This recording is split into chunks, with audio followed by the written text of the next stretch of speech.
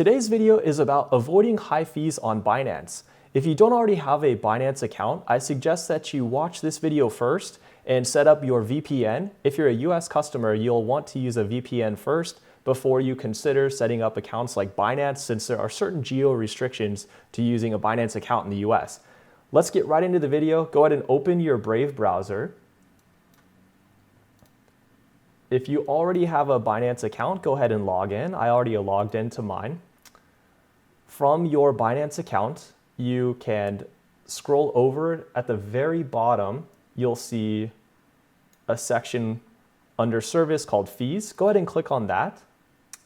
And under the fee schedule, you'll see that there's a lot of details in here that you should understand before trading and moving your cryptocurrency to and from your Binance account. So number one most important feature of Binance is they're trying to encourage you to use their BNB coin.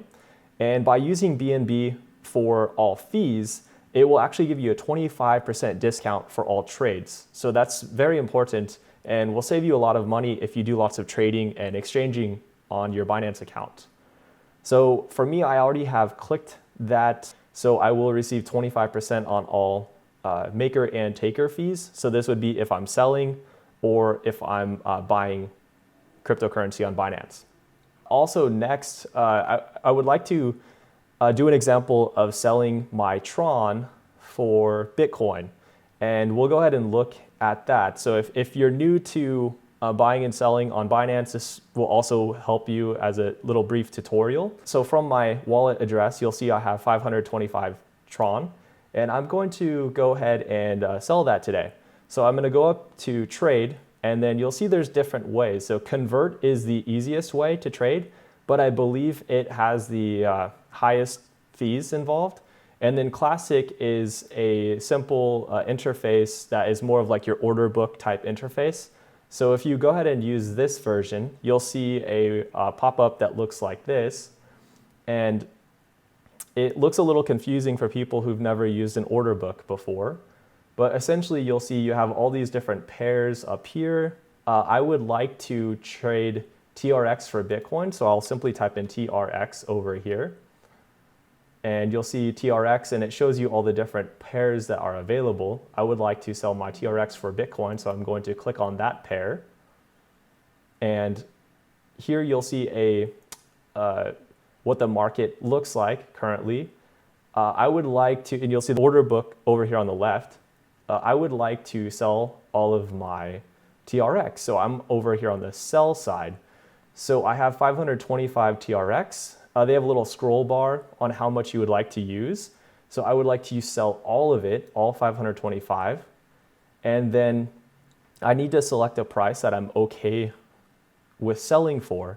So on the buy side, you'll see over here, 256 is the best price that I can get for my TRX. So I'll go ahead and select that, and then I can go ahead and click sell. And if you click on these three dots, you can also look at trading rules, FAQ, and a little bit more information if you're not familiar with trading on some of the details behind it. But I kind of have done this before, so I'm gonna go ahead and execute my trade. So 256 is the best price that I can get. So I'm going to sell. And you'll see that my limit order was filled. And if you are going to, you can also do a market order. Now the difference between a market order and a limit order is that a market order will execute now, like essentially right away, and won't necessarily get you the best price. But a limit order will always get you the best price if you select the most amount of money that's listed in the order book there. So now that we went ahead and sold my TRX, then I should have my Bitcoin in my account. All right, so let's go back to fee schedule. So if we go back to fee schedule and we have that BNB deduction that we're using to save money, you also should understand deposit and withdrawal fees. So eventually you're gonna wanna take Bitcoin back off of your Binance exchange or whatever other cryptocurrency you're using. So go ahead and click deposit and withdrawal fees. And that should bring you to a screen that looks like this. So I'm curious to know, what would the cost of taking Bitcoin off of their exchange be? So I'm gonna actually control find Bitcoin. And so here's Bitcoin. So You can see here on the right side, it says your deposit withdrawal fees, and here's the withdrawal fee on the right. Scroll down, there's also a minimum withdrawal feature, so keep that in mind as well if you're depositing or if you're withdrawing very small amounts. And you'll see here that the fee for actually taking Bitcoin off of the exchange, there's many different types. So there's BEP2, BEP20, Bitcoin, ERC20, and Bitcoin SegWit. There's all these differences because there's different chains that you can actually send your Bitcoin to. The one that most people are going to use is just the Bitcoin. You're not actually, some people, you're just sending Bitcoin from one address to another.